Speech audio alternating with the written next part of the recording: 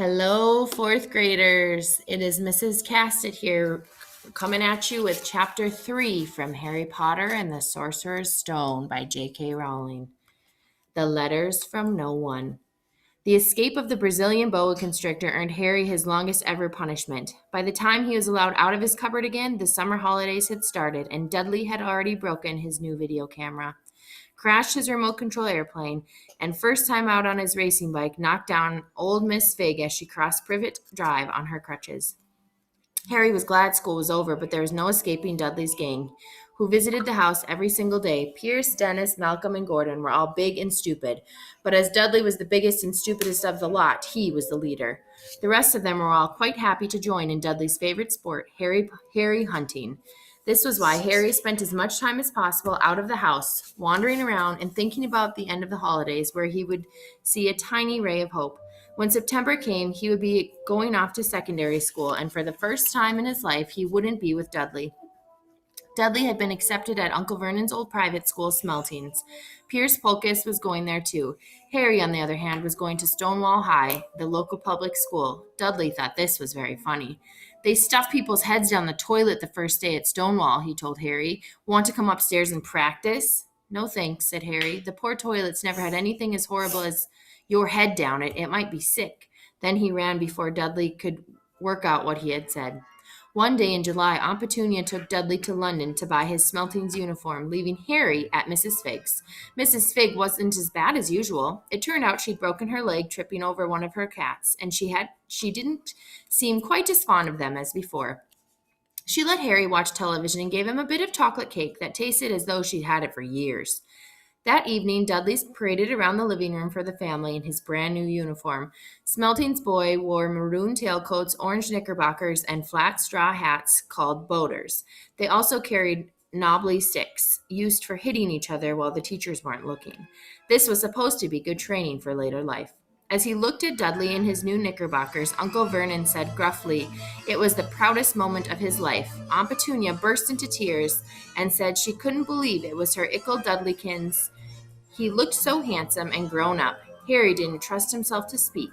He thought two of his ribs might already have cracked from trying so hard not to laugh. Smell in the kitchen the next morning when Harry went in for breakfast. It seemed to be coming from a large metal tub in the sink. He went to have a look. The tub was full of what looked like dirty rags swimming in gray water. "What's this?" he asked Aunt Petunia. Her lips tightened as they always did if he dared to ask a question. "Your new school uniform," she said. Harry looked in the bowl again. "Oh," he said, "I didn't realize it had to be so wet." "Don't be stupid," snapped Aunt Petunia. "I'm dyeing some of Dudley's old things gray for you. It'll look just like everyone else's when I'm finished." Harry seriously doubted this, but thought it best not to argue. He sat down at the table and tried not to think about how he was going to look on his first day at Stonewall High, like he was wearing bits of old elephant skin, probably. Dudley and Uncle Vernon came in, both in wrinkled noses because of the smell from Harry's new uniform. Uncle Vernon opened his newspaper as usual, and Dudley banged his smelting stick, which he carried everywhere on the table. They heard the click of the mail slot and flop of letters on the doormat. "Get the mail, Dudley," said Uncle Vernon from behind his paper. "Make Harry get it." "Get the mail, Harry." "Make Dudley get it." "Poke him with your smelting stick, Dudley." Harry dodged the smelting stick and went to get the mail. 3 things lay on the doormat: a postcard from Uncle Vernon's sister Marge, who was vacationing on the Isle of Wight, a brown envelope that looked like a bill, and a letter for Harry. Harry picked it up and stared at it, his heart twanging like a giant elastic band. No one, ever in his whole life, had written to him. Who would? He had no friends, no other relatives. He didn't belong to the library, so he'd never even got rude notes asking for books back. Yet here it was, a letter addressed so plainly there could be no mistake. Mr. H. Potter, The Cupboard Under the Stairs, 4 Privet Drive, Little Winging, Surrey. The envelope was thick and heavy, made of yellow parchment, and the address was written in emerald green ink. There was no stamp. Turning the envelope over, his hand trembling, Harry saw a purple wax seal bearing a coat of arms, a lion, an eagle, a badger, and a snake surrounding a large H. "Hurry up, boy," said Uncle Vernon from the kitchen. "What are you doing, checking for letter bombs?" He chuckled at his own joke. Harry went back to the kitchen, still staring at his letter. He handed Uncle Vernon the bill and postcard, sat down, and slowly began to open his yellow envelope. Uncle Vernon ripped open the bill, snorted in disgust, and flipped over the postcard. Marge is ill, he informed Aunt Petunia. Ate a funny whelk. Dad, said Dudley. Dad, Harry's got something. Harry was on the point of unfolding his letter, which was written on the same heavy parchment as the envelope, when it was jerked sharply out of his hand by Uncle Vernon. That's mine, said Harry, trying to snatch it back. Who'd be writing to you? Sneered Uncle Vernon, shaking his letter open with one hand and glancing at it. His face went from red to green faster than a set of traffic lights, and it didn't stop there. Within seconds, it was grayish-white, like old porridge. Petunia, he gasped. Dudley tried to grab the letter to read it, but Uncle Vernon held it high out of his reach. Aunt Petunia took it curiously and read it the first line. For a moment, it looked as though she might faint. She clutched her throat and made a choking noise. Vernon! Oh, my goodness, Vernon! They stared at each other, seeming to have forgotten that Harry and Dudley were still in the room. Dudley wasn't used to being ignored. He gave his father a sharp tap on the head with his smelting stick. I want to read that letter, he said loudly. I want to read that letter, said Harry. It's mine. Get out, both of you, croaked Uncle Vern. Stuffing the letter back inside the envelope, Harry didn't move. I want my letter, he shouted. Let me see it, demanded Dudley. Out, roared Uncle Vernon, and he took both Harry and Dudley back by the scruffs of their necks and threw them into the hall, slamming the kitchen door behind them. Harry and Dudley promptly had a furious but silent fight over who would listen at the keyhole. Dudley won, so Harry, his glasses dangling from one ear, lay flat on his stomach to listen at the crack between the door and the floor. Vernon, Aunt Petunia said, look at the address. How could they possibly know where he sleeps? You don't think they're watching the house? Watching, spying, might be following us, uttered Uncle Vernon wildly. But what should we do, Vernon? Should we write back? Tell them what we want? Harry could see Uncle Vernon's shiny black shoes pacing up and down the kitchen. No, he said. No, we'll ignore it. And if they don't get an answer, yes, that's best. We won't do anything. But I'm not having one in the house, Petunia.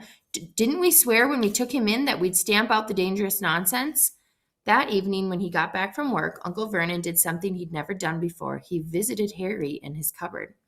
Where's my letter? Said Harry, the moment Uncle Vernon had squeezed through the door. Who's writing to me? No one. It was addressed to you by mistake, said Uncle Vernon. I have burned it.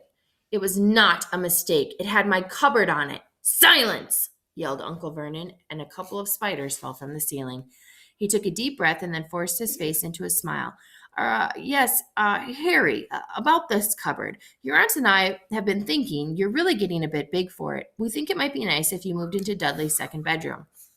Why? Asked Harry. Don't ask questions, snapped his uncle. Take this stuff upstairs now.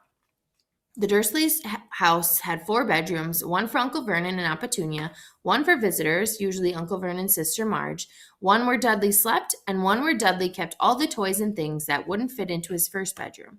It only took Harry one trip upstairs to move everything he owned from the cupboard to his room. He sat down on the bed and stared around him. Nearly everything in the room was broken.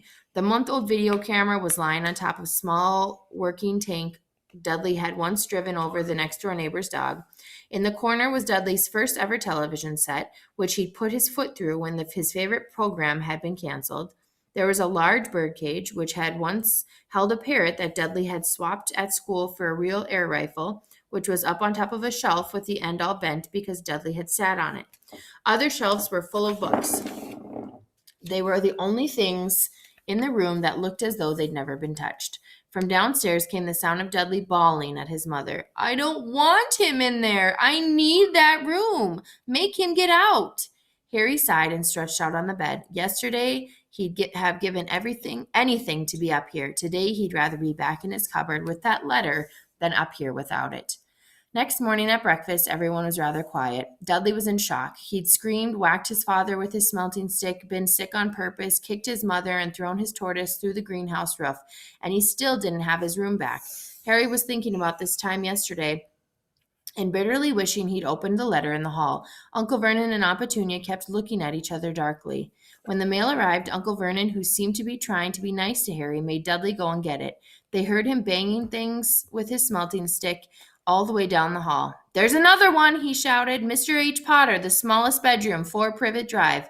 With a strangled cry, Uncle Vernon leapt from his seat and ran down the hall. Harry right behind him. Uncle Vernon had to wrestle Dudley to the ground to get the letter from him, which was made difficult by the fact that Harry had grabbed Uncle Vernon around the neck from behind.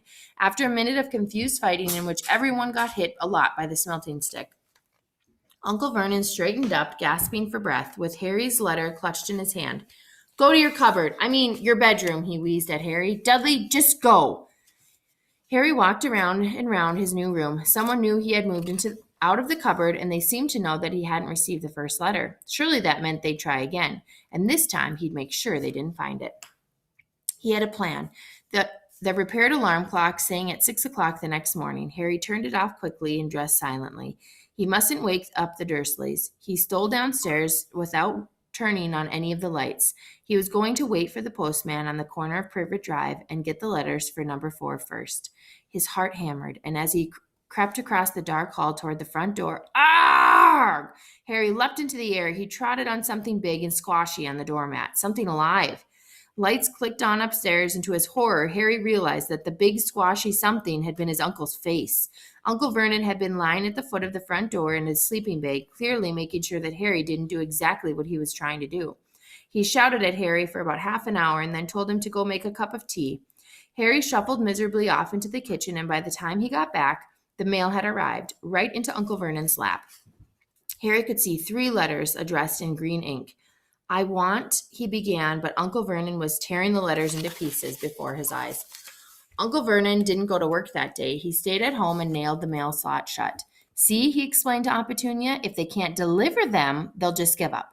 "I'm not sure that'll work, Vernon." "Oh, these people's minds work in strange ways, Petunia. They're not like you and me," said Uncle Vernon, trying to knock in the nail with a piece of fruit cake Aunt Petunia had just brought them. On Friday, no less than 12 letters arrived for Harry. As they couldn't go through the mail slot, they had been pushed under the doors, slotted through the sides, and even forced through the small window in the downstairs bathroom. Uncle Vernon stayed at home again. After burning all the letters, he got out a hammer and nails and boarded up the cracks around the front and back doors so no one could go out. He hummed Tiptoe Through the Tulips as he worked and jumped at small noises. On Saturday, things began to get out of hand. 24 letters to Harry found their way into the house, rolled up and hidden inside each one of 24 eggs their very confused milkman had handed Aunt Petunia through the living room window. While Uncle Vernon made furious telephone calls to the post office and the dairy trying to find someone to complain to, Aunt Petunia shredded the letters in her food processor. "Who on earth wants to talk to you this badly?" Dudley asked Harry in amazement.